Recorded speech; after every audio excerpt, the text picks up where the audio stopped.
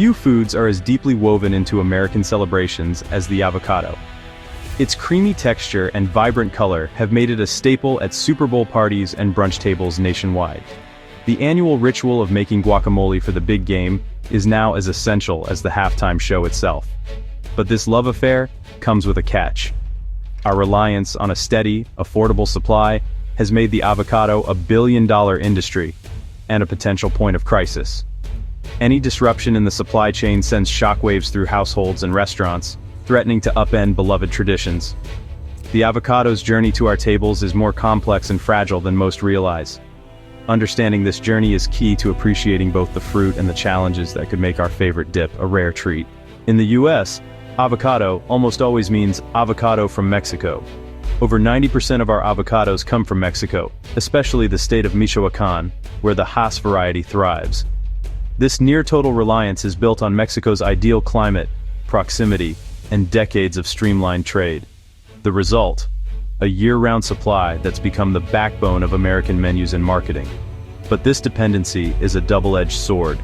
Any disruption in Mexico can send prices soaring and supplies plummeting. The recent events of 2025 have exposed just how fragile this system is. Our avocado habit rests on a single, indispensable orchard, and that's a risky bet. Before politics entered the picture, a severe drought was already crippling Michoacán's avocado groves. The once lush and vibrant fields were turning into barren landscapes. Avocado trees need lots of water, and as the drought dragged on, the 2024-2025 harvest shrank dramatically. Farmers watched helplessly as their crops withered away. The result? Fewer large, high-value avocados, which are the most sought after in the market, and a glut of small, less desirable fruit. These smaller avocados are harder to sell and fetch lower prices. Shipments to the US dropped by 26% in the crucial weeks before the Super Bowl, sending prices skyrocketing. This shortage hit the market at the worst possible time. Retailers and restaurants faced tough choices: absorb the costs, which would hurt their bottom line, or pass them to consumers, making avocados a luxury item for many families. The drought exposed the industry's Achilles heel: its dependence on stable weather and abundant resources. Without these, the entire supply chain is at risk. This wasn't just a bad harvest, it was a warning sign of deeper environmental vulnerabilities. Farmers are now questioning the future of their livelihoods. The shortage set the stage for even greater turmoil as new threats emerged. Climate change and resource scarcity are becoming more pressing issues. Our food systems are only as strong as the environments that sustain them. The future of avocados and many other crops depends on how we address these challenges. As the drought squeezed supply, a new crisis hit: a proposed 25% tariff on all Mexican imports, including avocados. With Mexico supplying over 90% of US avocados, the impact would be immediate and severe. Prices, already doubled from the drought, now faced another surge. The industry scrambled. Some importers had short-term reserves, but most braced for higher costs. The tariff threat turned a supply issue into a high-stakes political standoff, highlighting the risks of relying on a single source. Even the possibility of tariffs sent shockwaves through the market. Suddenly, the beloved avocado was on the verge of becoming a luxury item. The combined effect of drought and tariff threats sent avocado prices soaring, up 14% year over year, even as other produce stayed flat. What was once a $1.50 avocado now costs $2.50 or more. Retailers and restaurants struggled to balance rising costs with customer expectations, sometimes promoting smaller avocados or raising prices. For many families, avocados shifted from everyday staple to occasional treat. The price surge forced a reckoning. How much are we willing to pay for our favorite fruit? The humble avocado became a symbol of global supply chain fragility. Growers in Mexico faced a tough reality: high prices for large avocados, but overall lower yields and economic strain. For many families, the season brought uncertainty and difficult choices, as the cost of maintaining orchards rose while profits shrank. The once reliable rhythm of planting and harvest was disrupted, leaving communities anxious about the future of their livelihoods. Many invested in water-saving technologies, hoping to stretch every drop and protect their crops from worsening drought. Yet despite these efforts, the short-term outlook remained bleak, with some farmers forced to scale back operations or even abandon fields altogether. U.S. importers and marketers like Avocados from Mexico tried to reassure consumers, even launching high-profile Super Bowl ads to keep demand strong. Their message was clear: avocados remain a staple, and the industry is working tirelessly to keep them on shelves. Behind the scenes, companies like Chipotle and Kroger began sourcing from Peru, Colombia, and Chile to diversify supply. This shift required building new relationships and adapting to different growing conditions, but it was seen as essential for stability. The crisis accelerated industry efforts to reduce dependence on Mexico and build more resilient supply chains. Logistics teams worked around the clock, mapping out new routes and coordinating shipments to ensure a steady flow of fruit. Diversification became the new mantra, as businesses sought to insulate themselves from future shocks.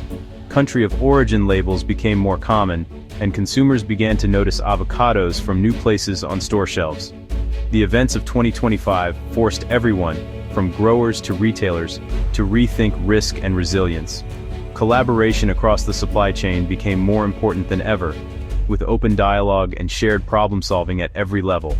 The industry's future now depends on strategic planning and global cooperation. Only by working together can stakeholders navigate the challenges ahead and secure a sustainable future for avocados worldwide. The voices from the field are clear: adaptation is no longer optional. Farmers, exporters, and retailers alike must embrace change, innovate, and support one another to survive and thrive. The avocado's journey is being rewritten in real time, shaped by resilience, ingenuity, and the determination of those who depend on it most. With Mexico's supply squeezed, the U.S. turned to Peru, whose market share jumped to 26% by mid-2025. Peru's avocado industry, once a quiet player, suddenly found itself in the spotlight, racing to meet the insatiable American demand. Exporters scrambled to expand operations, and ports buzzed with activity as shipments headed north. But even as Peru stepped up, the gap left by Mexico was enormous, and the pressure on Peruvian growers was intense. Colombia is also ramping up, but bureaucratic hurdles mean it's a long-term solution, not an immediate fix. New regulations, export certifications, and infrastructure upgrades are all needed before Colombian avocados can flow freely into U.S. supermarkets. For now, their contribution is growing, but it's not enough to stabilize the market overnight. Other countries like Chile and the Dominican Republic contribute, but can't fully replace Mexico's volume. Their climates and growing seasons differ, and their production is limited by geography and resources.